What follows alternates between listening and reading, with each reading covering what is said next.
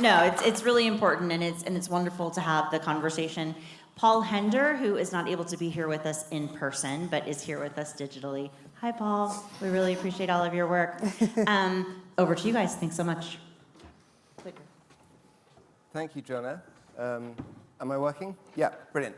Hi, everyone. It is a real pleasure to be here, but I am a late call-up. So I have been, I'm a sub. I'm a poor sub for Paul Hender, my business partner.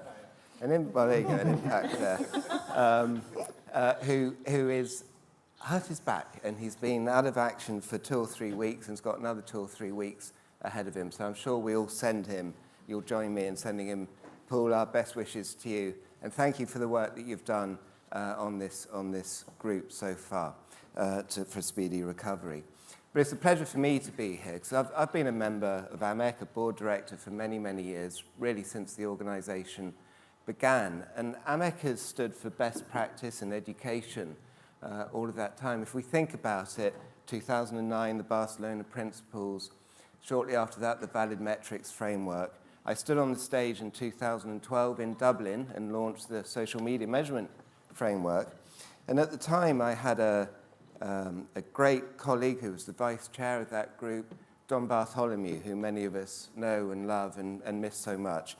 Don was a great thinker, and Don and I talked a lot after we launched the Social Media Measurement Framework about this risk of confusion. We were going to measure social media, but we also had these valid metric frameworks as well, and that couldn't possibly make sense. And really, the industry just needed one consistent framework. So the idea of the integrated evaluation framework came up there. Don and I spoke a lot about it over the next sort of couple of years. Sadly, Don didn't live to see it launched, but it was a very meaningful thing to a lot of us that we could deliver it much in his tribute, and you'll see that on the integrated evaluation framework page. But look, it's been a huge success, and AMEC should be very proud about what it's achieved. We know that at least 2,000 organizations around the world have used it. It's been translated into 28 different languages. It's changed the language, I think, of our industry. Awards programs mandate it, but so much has changed in our industry in the meantime that Giles Peddy, one of the original members of the group, came to AMEC and said, you know what, guys, a lot of time has gone by. I think it's time we took a look at it to make sure it's still speaking the right language, it still reflects what's going on in the world. Perhaps it's time for a refresh, and we thought that was a great idea. And we knew, though, much to what Jim was talking about earlier today, that this wasn't about us in our ivory towers just dictating what the industry should do. We had to begin with listening, and we had to really understand what it was that the industry thinks is good, is bad, the challenges, the barriers to adoption, and what we can do better. And we needed a fantastic research partner, and it was immediately call in the mighty Vicky O'Brien at 72.1 poll, who've been brilliant research partners. I cannot recommend them highly enough. But these are the two colleagues on the stage. Paul is the leader of our group, and as I said, we miss you dearly. I'm going to hand over to Giles, who's going to tell us a little bit about the intervening years, what led you to come up with this idea. Then Vicky's going to tell us a little bit about the research we've done, and then I'll dig a bit into some of the findings. Great. Well, yeah, so 10 years ago, I stood up at the same summit in London and announced the IEF. But the world has changed a lot. We've had 2 Trump presidencies. We've had Brexit. We've had COVID. We have had the rise of TikTok becoming, a global platform that's actually shaping news consumption and commerce and actually shaping geopolitics for billions of people every day. OpenAI. ChatGPT didn't exist either, right? And Gen AI. Elon Musk, who was primarily, a tech entrepreneur, is now shaping markets, politics, and in some areas, public discourse in real time. We've also faced climate change. We've faced social justice movements shaping how corporates communicate. We've, through COVID, thought about how we remote and hybrid work and how we communicate internally to stakeholders. Employees have become one of the most influential stakeholders today. And trust in institutions decline while expectations for transparency has risen. Communications has really moved from a support function to a strategic leadership discipline. Internal comms, as I mentioned, has become much more prevalent than it was even 10 years ago. And measurement expectations have evolved dramatically. And as I sat there thinking, well, hang on, it's 10 years ago we did this, and I was looking at the framework, very proud of it, but I was like, it's not fit for purpose. It really isn't. We used to think about, measurement around, share voice and simply mentions. It was very basic on a media relations front. I know there's more sophistication to that. And the framework has transformed today what we measure. But the future is definitely more than that. And what we'll hear from in terms of research and some of the qualitative research we also did is that the world communicating is operating in such a dynamic and fast-moving world that the framework has to change. And so we're going to tell you a little bit about what you said, what our experts have said, and how we're moving it forward. That's fine. So OnePoll, we're very proud to support this. We ended up with just over 700 respondents to the research, so a very thorough and robust data set covering globally. We sourced it through, obviously, AMEC members, so thanks to many of you that took part in it. We went out through the PRCA and we used our 72-point data, but we also topped it up with our own panel as well, which meant that we got a great spread globally. Am I doing this bit? Yep. Yeah, perfect. You can see that there was a broad spread of representation. I think it was just under 40% that were PR agency representatives. But as mentioned, I think it's important to note that 30% were AMEC members, so some of the data may be more skewed into people that understand measurement. Yeah. So that partnership with OnePoll was critical there. Dashboard that helped us to see where responses were coming from was incredibly beneficial as well. We were delighted to get 733 responses, and that's a big shout out to everyone in this room and the power of your networks as well. We were badgering you all to share it and spread the survey as wide as possible. So thank you to everyone who did do that. When we look at the actual results, there are a few caveats, obviously, here. We're asking a survey about a framework. The people who are going to respond are the people who know about the framework. 30% were people who were AMEC members. That doesn't represent our industry. We know that there's obviously tens of thousands of people who are not AMEC members that we need to be reaching out to. So when we started to look into the data, we asked a variety of different questions. The first set of questions were really around people's awareness, understanding, adoption, and the advocacy. And as you might expect on a survey about the framework, we had huge awareness of it. That number fell away a bit for understanding and then really starts to fall away when we look at adoption down to 1 in 3 effectively at 31%, and then advocacy based on the Net Promoter Score down there at 19%. When we break that down between AMEC members, 99% of AMEC members were aware. We are still trying to work out who the 1% who is not aware of the AMEC framework is, and I am looking for who's going red in this room. But I mean, even here, you've got understanding down at 81% and adoption down at 62%, and 1 in 3 of us are net promoters. But when we look at non-AMEC members, that number drops away there. And I think it really shows to us the risk of us sitting in ivory towers, talking about best practice and not getting out there. We had a great session earlier for those of you in this room from the Big Valley marketing team who were talking about this very challenge. Why is it that we're not getting our message out further to the people that we need to reach? When we look at barriers to awareness, the number one, therefore, is perhaps not surprising that it is lack of awareness, with 1 in 3, 35% of everybody citing that. when we look at the different constituent parts of the respondees, we can start to see some interesting stuff there. So when you look at corporate organizations, the third column along, you can see 45%, nearly half, are citing lack of awareness. So you can see it skews higher for corporate organizations. And the other side of the same coin is when you look at media intelligence in the second column along, media intelligence or analytics providers, lack of client demand is the number one issue that is cited. That's two sides of the same coin happening there. If the clients aren't aware, then we're not going to have the demand.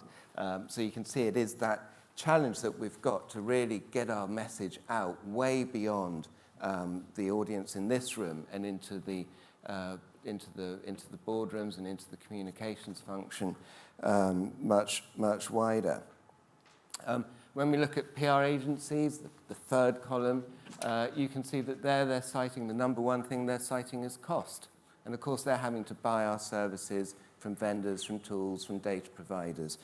Is causing a barrier to them. And it's something that we're seeing PR agencies trying to solve now with their rush towards AI tools to look to perhaps displace some of the traditional monitoring and evaluation vendors. And that will be an interesting trend, I think, for us all to keep our eyes on. Looking at what people perceive as the most valuable things that they get from the framework. Here, this is the categories where over 50% of the respondents said that they saw value. We can see that it's about improving communication effectiveness, it's aligning with broader organizational objectives, it's credibility of communication as a discipline, and it's demonstrating value to leadership. Now, when I think about the challenges that PR and comms professionals face in this crazy world that we all find ourselves living in, these are the things that they really want to be able to say. So I think this is really reassuring and good that this is the value that people see when they use the frameworks. That's something that I think we should be very, very proud about. We looked at the framework and where people were using it, and I think there was some interesting data that came out here. First of all, 48% of us are measuring outputs. I mean, it does make me wonder what we're doing with the framework if we're not even getting to that stage. But you know, half of us are measuring outputs.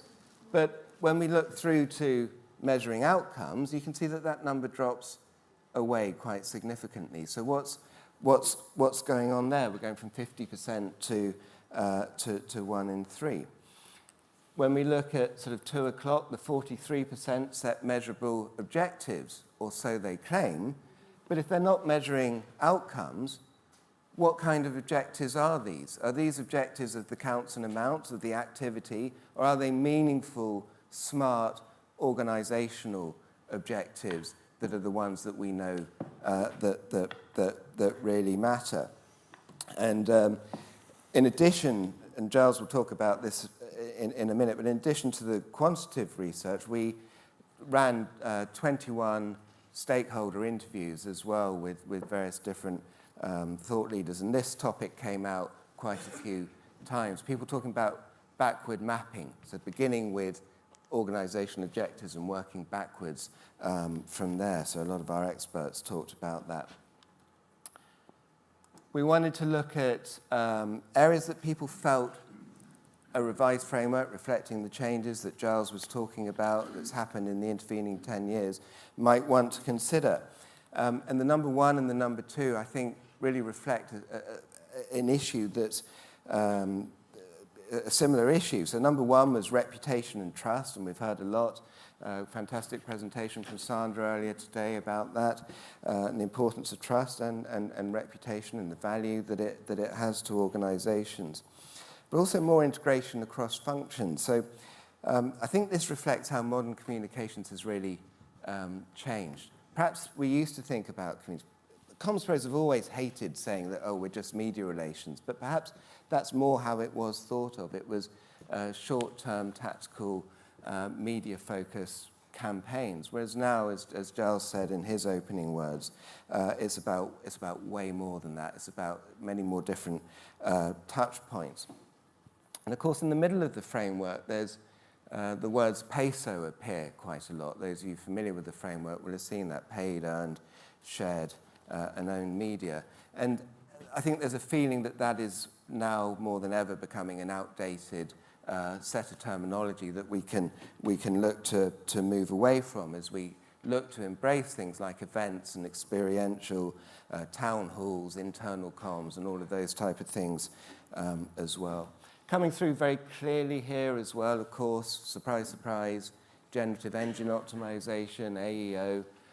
Muckrack declared today that it was GEO because AMEC said so. I like that. So let's call it GEO.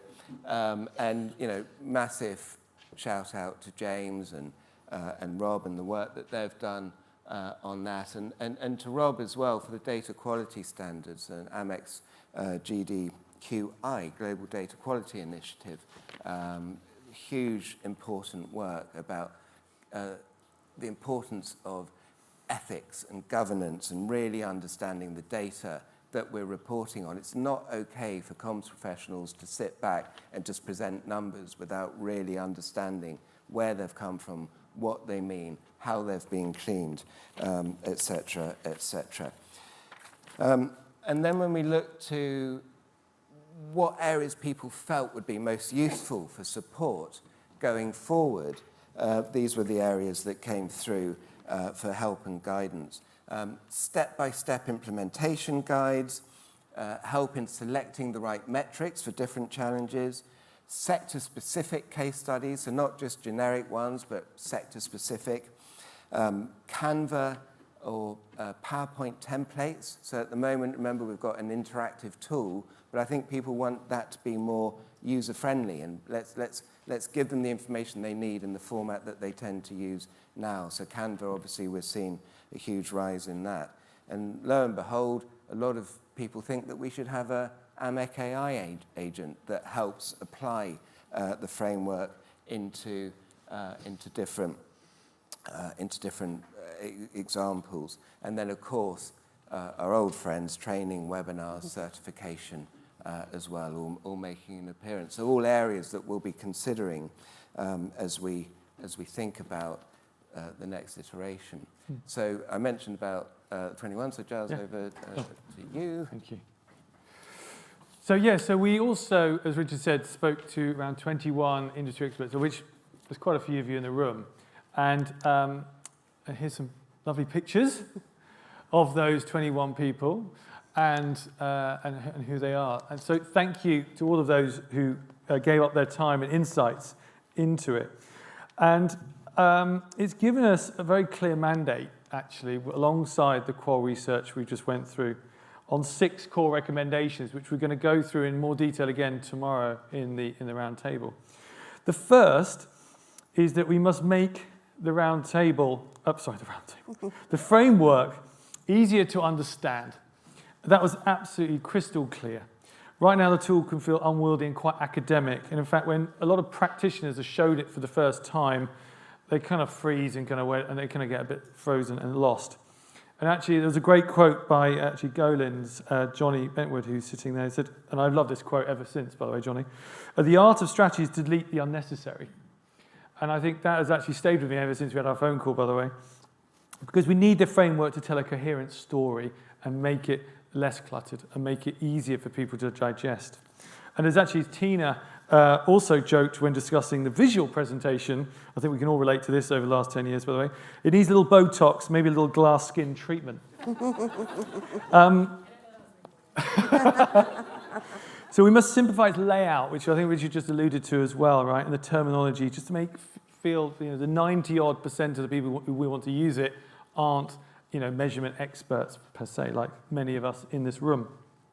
The second area that came through was clear alignment from activity to leadership value. And I think that was a really, really important point that we heard both in the survey and in our interviews. For too long, our industry has been counting, as we've described, sort of media outputs instead of proving the business impact. And again, we could see that in some of that survey. It's not come through, sorry. And for example, when we spoke to Stephen Waddington, who's been doing this, as you might know, this doctoral research, he found that in 50% of organizations, the difference between a good performing team and a high performing team was measurement. And I thought that was really interesting. If we want to be recognized as a high performing function, we must speak the language. And as he further said, we seem to be obsessed by the media, and right now that is a big mistake. So what we need to focus on are business outcomes, revenue, savings, reputation, risk, audience, influence, things like that. Tim at Big Valley Marketing stressed this perfectly. We must empower communicators to confidently have business conversations about revenue, growth, and profitability, ensuring our metrics directly ladder to organizational goals. Because at the moment, there's too big a disconnect in too often the cases. Third, we must broaden its application across all comms functions. The consensus, and I think we've learned that over the years, this isn't a new one, that explicitly the framework around peso, for example, is now holding us back. Stuart Bruce succinctly said, ditching peso is definitely the number one thing to do. I mean, he said it as clearly as that. It's too restrictive. It's ignoring too many factors such as internal communications, public affairs, event management. So again, we need to adapt that. Fourth, we must drastically increase our emphasis on planning. Measurement cannot just be post-campaign audit, and again, that's a big thing. We can see that in that wheel that you saw earlier. In fact, Professor Jim Attenborough shared a profound reflection when he was saying, if he had his time again, 80% of my I'd spend 80% of my evaluation at the beginning, and around 20% at the end. And again, I think that's a really important mantra to think about. Thinking about evaluating at the beginning.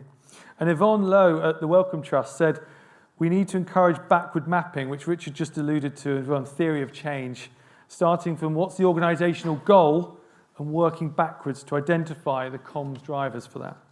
The fifth area we've reflected on is technology, AI, obviously. It just doesn't include that. It didn't exist 10 years ago, but it's a big miss now, so we have to do that. And in fact, Johnny, again, was quite clear to say that the current framework is going backwards because we're not embracing AI and Gen AI. So absolutely true. And actually, LinkedIn's Nicole Moreau wisely noted, authority is what really creates the Gen response. So again, we really need to think about that in terms of the frameworks guiding professionals. And the final area that we thought a little bit about was promoting its use beyond the AMEC community. We've talked a little bit about that. In fact, my colleague Kristin said that we need to get out of the echo chamber, so we need to get into more partnerships. Other people talked about working with more advisory firms to get sort of more trade bodies, more agencies to envelop that. Corporates have to embrace the framework a little bit more than they have done in the last 10 years. So, in summary, by deleting the unnecessary, shifting our focus to true business value, modernizing for an AI world, these 6 pillars that you can see here are going to guide the next evolution of the framework. And I know tomorrow you're going to discuss it in more detail, but back to you. Thank you, Richard. Yeah, thank you. I think that point about planning, by the way, is absolutely critical. The more time I've spent in the comms industry, the more I can see what a problem it is. When brands are truthful, most brands don't have an up-to-date, credible plan. It's, if you're lucky, 3 years, 4 years, 5 years out of date. If you're not lucky, it doesn't even exist.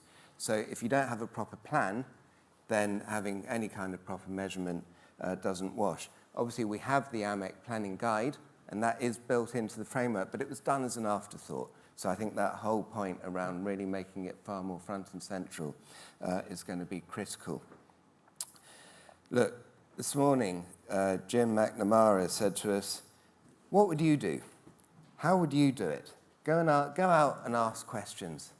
What would you do? How would you do it? So that's what we're going to do. So it begins, as Giles said, at the round table tomorrow. Well, it began with the survey work, but we now want to extend it out to you guys and then wider into the industry as well. So tomorrow, please do join at lunchtime.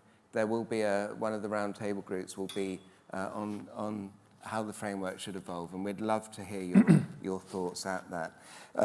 following on from there, we'll be having a work group to then take these ideas, distill them, and to start to adapt and amend the framework. This isn't going to be throwing babies out with bathwater. It's going to be an update and an adaptation to make it relevant for these challenges and issues and great ideas that we've had.